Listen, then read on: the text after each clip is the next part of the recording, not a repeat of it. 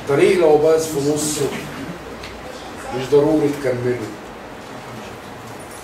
واللي مش عارف تنصه هده تاني وعديله.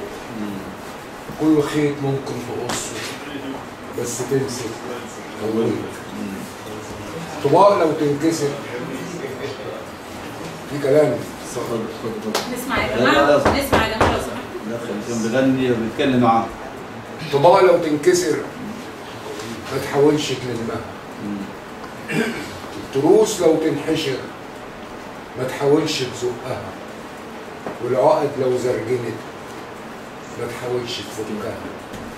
بس لو عندك امل تعمل احسن منها.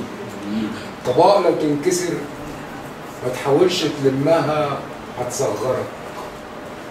التروس لو تنحشر ما تحاولش تزقها هتعورك. والعقد لو زرجنت ما تحاولش تفكها هتفطرك. بس لو عندك امل تعمل احسن منها. استنظر.